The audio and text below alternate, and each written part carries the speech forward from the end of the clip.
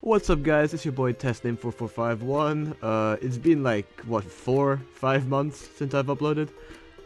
Anyways, I probably won't be uploading much on this channel since I've kind of just started this channel for fun, but anyways, Fight 2 has finally been released, and yeah, it's honestly really fun. To be honest, it's probably one of Lad's best games. No, it actually is his best game. Like, I don't know like why, but it's just really fun. Lad, if you're watching this, I beg, do not abandon this game. It's really good. Yeah, this is only part 1, but I'll try my best to get part 2 out as fast as possible. Part 2 is gonna have the Judge Sands, Monkey Sands, Reds, and a few others. Anyways, enough yap, let's get into the showcase. So first we got Papyrus. He's pretty basic, and to be honest, he wasn't really that hard to max. It took me like 4 or 5 games. Anyways, the first move he has is Bone Swipe, which is just your standard melee move. Your second move is Bone Throw, which has 3 variants. The first one, which throws a singular bone and a bone slide. The second variant, which shoots multiple bones and bone sliders. Your third move, which shoots out a vertical spread of bones in a line pattern. This variant is kind of useless, so I wouldn't really use it that much. I'd mainly stick with the second variant because it has the most damage and it has the best combo potential. Your third move summons a homing cool bone on a skateboard which ragdolls your opponent. Now this move is really overpowered for one-on-ones. You can just put it out and it's basically just free damage. Next you get Great Leap, which summons 2 AoE bone slams. These activate when you jump and when you hit the ground. These also ragdoll, which is useful for combo potential, so make sure you keep that in mind. Finally, you have Papyrus' fabled blue attack, which just stuns and ragdolls the enemy if they move. Overall, it's a really solid starter character. I'm gonna put him in A tier. Honestly, really good if you're just starting the game, and I recommend maxing out Papyrus first.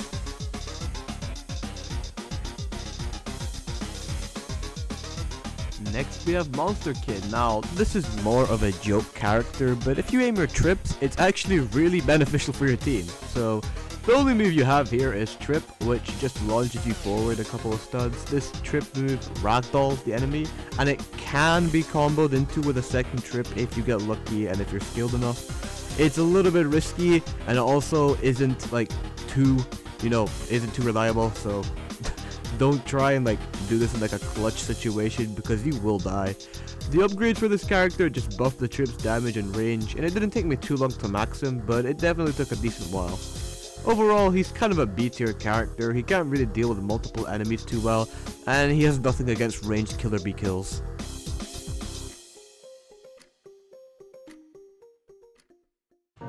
Next we have Temmie, and I know I don't have Temmie maxed out right now, but the Temmie armor upgrade honestly doesn't really change much. It's just a stat buff. You can look at it in the upgrade description. It's not that good. The first move Temmie has is Arms. The first variant shoots one arm, which you can aim with your mouse, and the second variant is just a barrage, which is aimed wherever you're looking at. I mainly stick with the second variant since the first variant doesn't have that good range, and you won't be able to really snipe anyone with it. So just stick with the second variant and make sure you're using shift lock when using the arms move. The second move is a box turret which shoots out Temmie flakes. To be honest, this move low-key kinda apps since the bullets never hit and it just slows you down. The third move is Bite, which is a melee move which lets you latch onto the killer be killed. Overall, the character isn't bad, it's just really boring, and it also takes ages to get EXP with Temmie, which doesn't really help. I'm gonna put Temmie at C.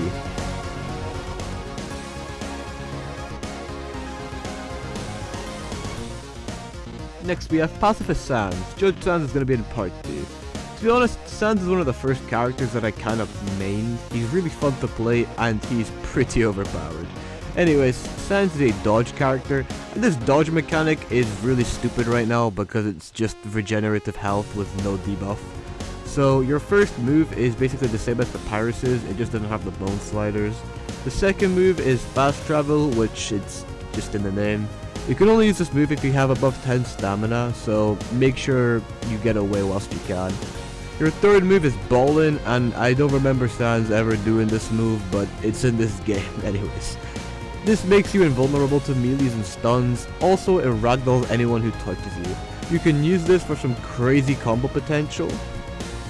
Your next move is Trombone. This shoots out a whoopee cushion which ragdolls enemies. You can hold this move to shoot the whoopee cushion out further. Your final move is a hot dog stand which lets you sell a heal for 30 gold. You do actually gain gold from this, albeit not that much, but it's still helpful if you need gold, even though you could just pay to win and get like 50,000 for like 300 Robux. Overall, nerf Sans, to be honest. He's so easy to obtain. I guess he is hard to max out, but really, base Sans is overpowered as shit. and everyone has him. He's only rank 3. He's like one of the first characters you get. So, I'm putting Sans in S tier. He's just overpowered, just straight up. He's so tanky. Nerf Sans.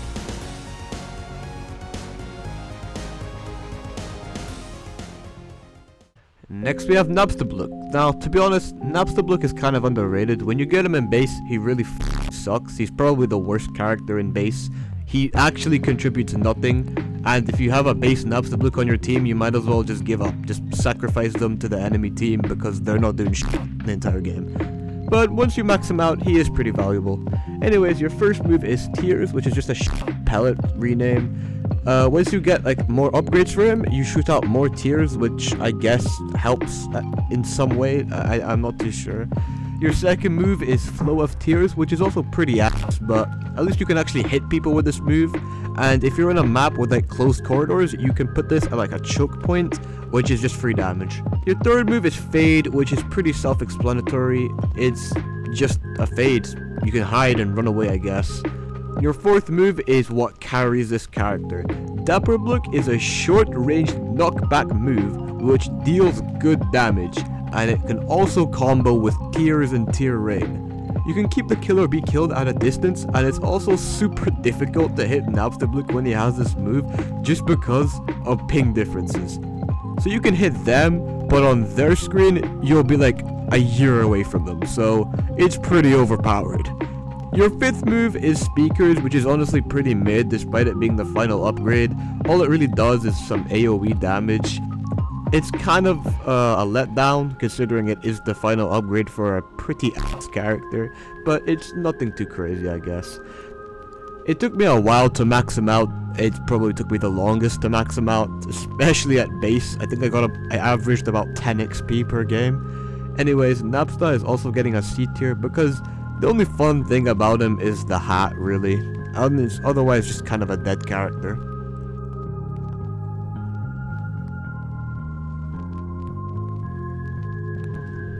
Next we have Toriel. Toriel is kind of a scam. The Queen of Monsterkind upgrade is so underwhelming, especially when you need like rank 41 or some bullshit like that.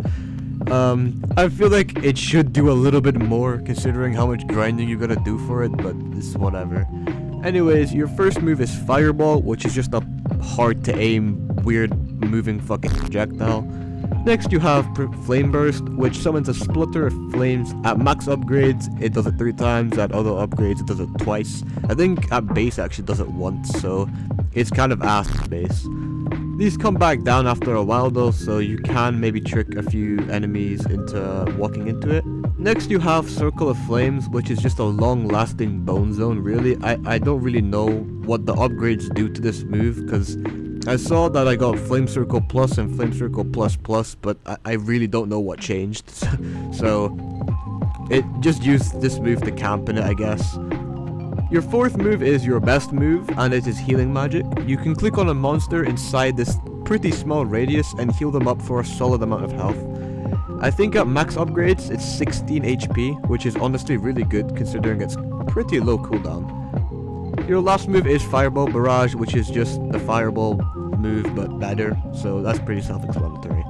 Overall, it's pretty obvious Toriel is supposed to be a support. I mean, even at max upgrades, she's just pretty ass in terms of DPS, but a support is vital in this game, especially when you have to survive like 5 or 6 minutes. Because of how important support characters are in this game, I'm gonna give Toriel A tier.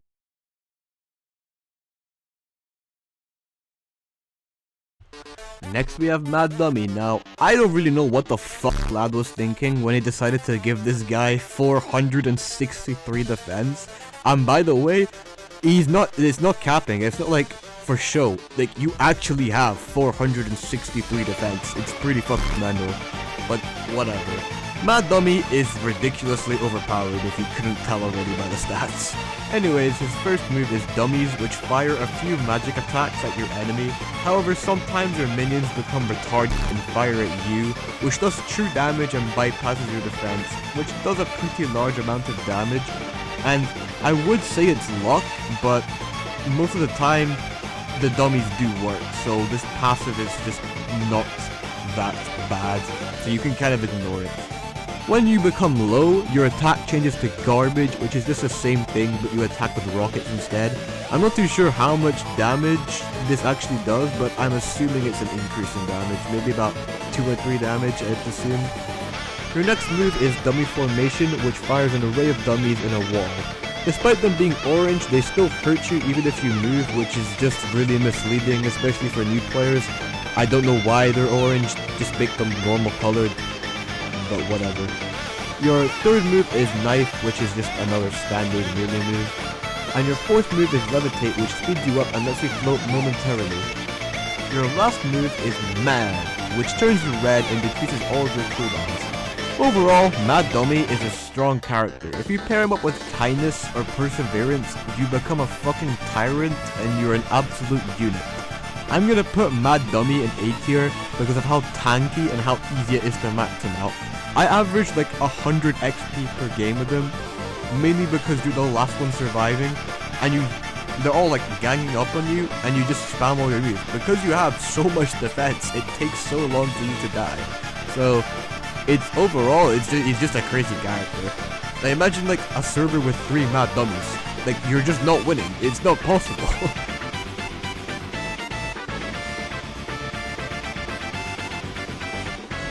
Alright, the last monster I'm going to show in this video is Muffet. Now, if you're playing Muffet, watch out for any Merg players, because this down bad lunatic will absolutely destroy you. I'm talking cheeks clap, full box, 200 pump. You've really gotta watch out for Merc players.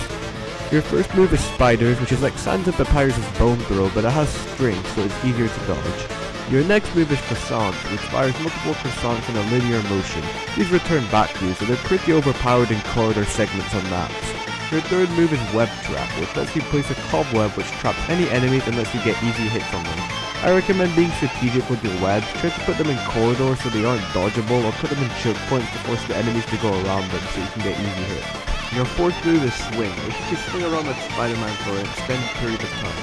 You can cancel this move early, but I don't know why you would, because you can stall like crazy with this move, and you can be in the air for an absurd amount of time. It's actually a little bit ridiculous. Maybe the last one left with Muffet, you can do some crazy running with String and Web Trap. Your fifth move is Protection. This is your counter to Merg players. It summons little spiders which gives you little healing items which regenerate your health, and if a Merg player tries to hit you, they get stunned and ragdolled for a pretty long amount of time. I recommend using this whenever it's off cooldown. Your final move lets you summon your pet, which lets you rampage around the map and gives you iframes. It's a pretty fun move to use. Honestly, Muffet is actually really good. You can do some crazy stalling, and you can also get regen without Kindness, which is another benefit. It's also relatively easy to max her out. I got the pet move in about 4 or 5 games. So I'm gonna put Muffet in A tier. She's not quite S tier yet, but she's still really good.